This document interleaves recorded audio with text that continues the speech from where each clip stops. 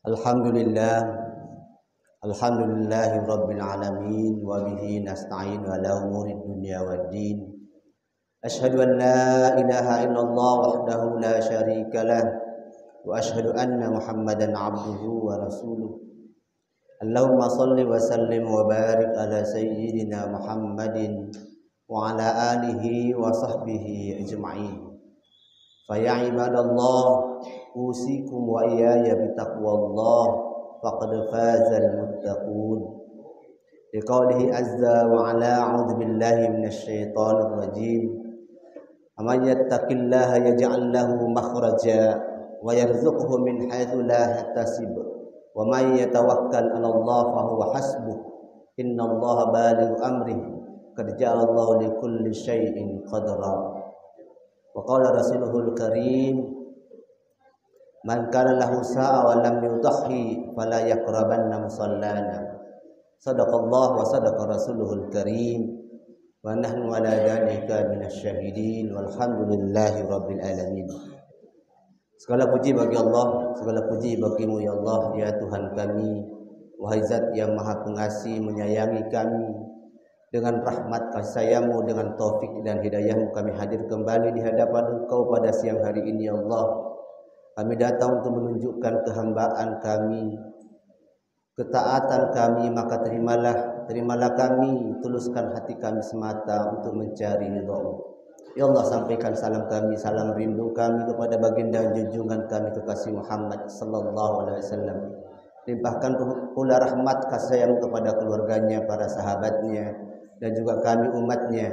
Istiqamahkan kami di jalan-Mu, di jalan yang telah dicontohkan olehnya, sehingga kelak di akhirat nanti Engkau kumpulkan kami dalam barisannya bersama kedua orang tua kami, guru-guru kami, anak keturunan kami yang beriman kepadamu, dan perkenankan beliau untuk memberikan syafaatnya untuk kami. Amin ya Allah, amin ya rabbal alamin. Jamaah Jumat yang dirahmati Allah, sebentar lagi kita akan melaksanakan, secara umum umat Islam akan melaksanakan ibadah haji di Mekah. Dan bagi kita ada ibadah utama, yaitu dengan salat Idul Adha dan juga melakukan udhiyah atau kurban. Allah Subhanahu wa taala dalam Al-Qur'an mengingatkan kita, inna a'udzubillahi minasyaitonir rajim, inna a'tainakal kautsar fashalli lirabbika wanhar. Sesungguhnya kami telah memberikan kepadamu wahai Muhammad, dan juga kita termasuk dalam khitab ini, al-kautsar, yaitu nikmat yang banyak. Fashalli lirabbika wanhar, karena itu salatlah dan menyembelih hewan kurban. Ayat ini menjadi dasar bagi kita, bagi umat Islam, untuk melaksanakan ibadah kurban. Bahkan hadis yang dibacakan di awal tadi, siapa yang memiliki keluasan lalu tidak melakukan kurban, fala yaqrabanna musallana, maka tidak pantas mereka dekat-dekat dengan tempat salat kita. Tempat salat yang masjid. Masjid itu beribadah kepada Allah Subhanahu wa taala. Artinya ibadah kurban ini adalah bukti keimanan kita kepada Allah yang menyertai kewajiban salat dan ibadah-ibadah wajib lainnya. Karena itu, kalau zakat memiliki nisab, baik zakat harta maupun zakat fitri, ibadah kurban tidak ada nisabnya. Oleh karena itu, bagi yang merasa memiliki keluasan saja, jamaah yang dirahmati Allah, ibadah kurban ini adalah ibadah pembuktian cinta kita kepada Allah Subhanahu wa taala. Pembuktian ketakwaan kita kepada Allah Subhanahu wa taala.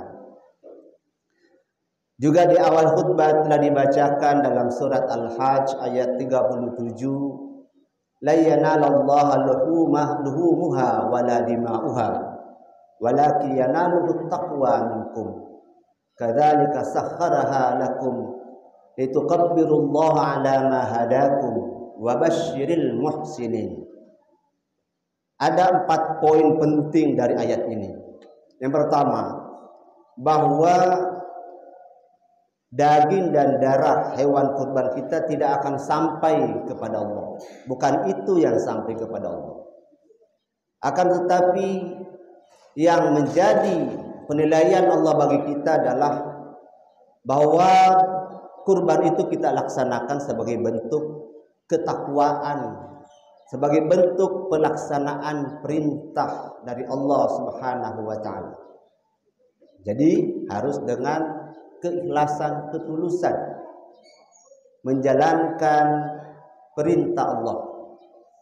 Hukumnya jumhur ulama mengatakan sunnah muakkad, meskipun Imam Abu Hanifah atau Hanafiyah menetapkan bahwa berkurban itu hukumnya wajib. Mazhab Hanafi mewajibkan setiap orang untuk melaksanakan ibadah kurban. Kita yang mayoritas Syafi'i di Indonesia itu memilih hukum yang sunnah muakkadah. Kenapa kita harus berkurban? Kadzalika sakhkharaha lakum. Demikianlah Allah telah menundukkan hewan kurban itu kepada kalian. Bayangkan, kalau hewan-hewan itu Allah tidak tundukkan kepada manusia, maka tidak bisa kita manfaatkan. Hewan yang kita akan kurbankan, sapi, kerbau, kambing, domba, semuanya ditundukkan. Kita tidak disuruh untuk berkurban dengan singa atau buaya yang merupakan binatang buas dan liar, susah untuk mendapatkannya. Itu yang kedua, bahwa ini adalah nikmat. Yang pertama adalah kurban itu harus dilaksanakan sebagai wujud ketakwaan kepada Allah, bukan untuk pamer, bukan untuk menunjukkan kekayaan kita kepada tetangga kita, bukan untuk menunjukkan bahwa kita adalah orang yang pemurah, tapi ingin menunjukkan ketaatan kepada Allah Subhanahu wa taala. Yang kedua, bahwa hewan kurban itu Allah yang telah menundukkan untuk bisa kita kurbankan. Yang ketiga, litukabbirullaha ala ma hadakum, dan hendaklah kalian mengagungkan Allah atas hidayah yang diberikan kepada kalian.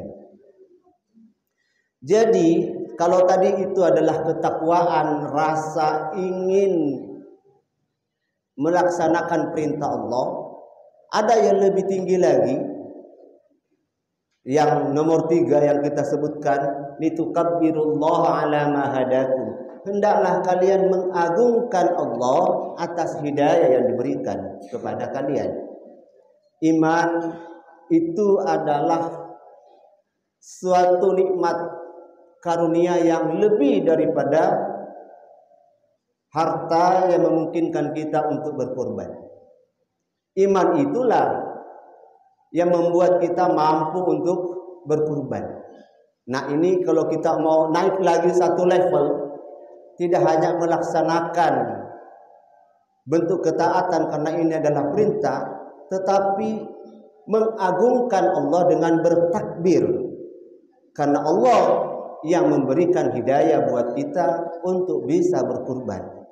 Kalau tadi kita melaksanakan karena ada nikmat yang Allah berikan berupa harta, maka yang kedua atau yang ketiga ini nikmatnya lebih besar lagi, Allah berikan hidayah. Kemudian yang lebih tinggi lagi, wa basyiril muhsinin, dan berilah kabar gembira kepada orang-orang yang muhsin. Siapa mereka yang muhsin? Muhsin itulah orang yang berbuat ihsan. Orang yang berbuat ihsan. Ihsan itu apa? Dalam hadis Jibril yang mempertanyakan tentang iman, Islam dan ihsan, tentang as-sa'ah, hari kiamat, ihsan diterangkan anta'budallaha ka'annaka tarahu fa in lam takun tarah fa innahu yarak. Ihsan itu adalah di mana Anda beribadah kepada Allah seakan-akan melihatnya. Kalau tidak mampu, maka paling tidak engkau meyakini Allah itu ada melihat engkau dalam melaksanakan ketaatan. Jadi ada 3 hal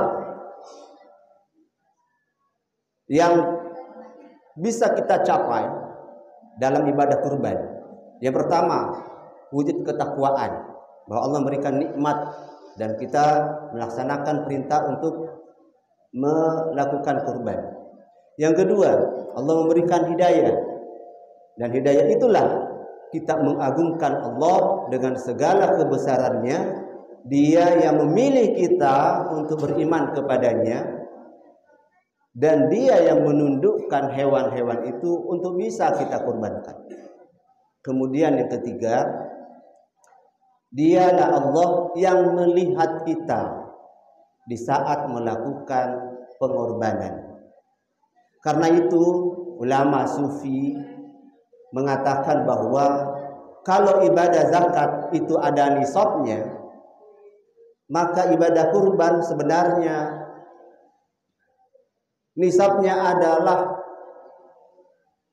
kemampuan kita menunjukkan penyerahan hati kita kepada Allah, menunjukkan bahwa kita ingin membuktikan cinta kita kepada Allah. Sehingga orang yang bisa berkurban dengan tulus adalah orang yang di dalam hatinya ada cinta kepada Allah, ada ketundukan kepada Allah. Sebagaimana Qabil dan Habil ketika berkurban, Habil dan Qabil ketika berkurban, mereka mengorbankan apa yang terbaik yang mereka miliki. Yang diterima adalah yang membuktikan ketaatan dan kecintaannya kepada Allah dengan menyerahkan kurban yang terbaik yang mereka miliki. Yang ditolak yang sekedarnya saja, bahkan mencari pengorbanan yang asalkan memenuhi syarat saja. Maka semakin mampu kita berkorban dengan dasar sebagai wujud kecintaan kita kepada Allah, maka semakin tinggilah derajat kita di sisi Allah. Allah akan masukkan kita kepada orang-orang yang muhsinin. Wa basyiril muhsinin. Gembirakanlah orang-orang yang berkurban, di mana kurbannya itu dia persembahkan yang terbaik yang dia punya, yang terbanyak dari harta yang dia punya, sebagai bukti dia cinta dan taat kepada Allah Subhanahu wa taala. Pembuktian cinta kepada Allah.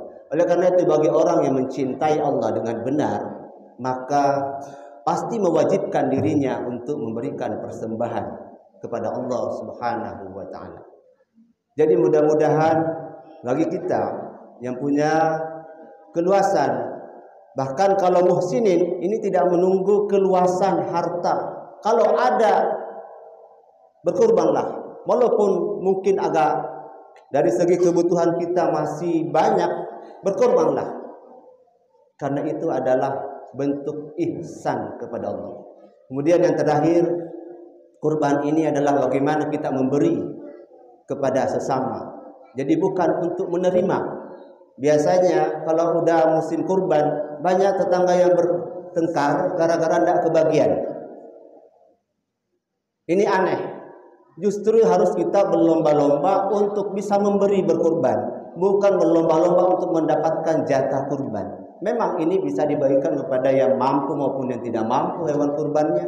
Tetapi kalau kita mengejar kehambaan kepada Allah, ketaatan kepada Allah, maka berlomba-lombalah kita yang memberi, bukan kita yang mencari bukan kita yang ingin mendapatkan bagian daripada hewan kurban itu. Mudah-mudahan Allah memberikan hidayah dan Allah kokohkan iman dan Islam kita di hati, sehingga rasa ingin memberi kepada sesama, rasa ingin memberi manfaat yang sebesar-besarnya kepada sesama itu semakin hari semakin meningkat. Barakallahu li wa lakum fil Qur'anil azim wa nafa'ani wa iyyakum bima fihi minal ayati wa dzikril hakim wa taqabbala minni wa minkum tilawatahu innahu huwas samiul alim. Allahumma shalli ala sayyidina Muhammad wa ala ali sayyidina Muhammad.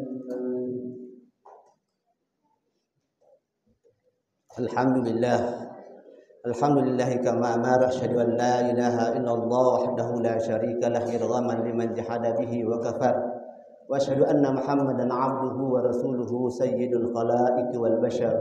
Allahumma salli wa sallim wa barik ala sayyidina Muhammadin wa ala alihi wa sahbihi ajma'in.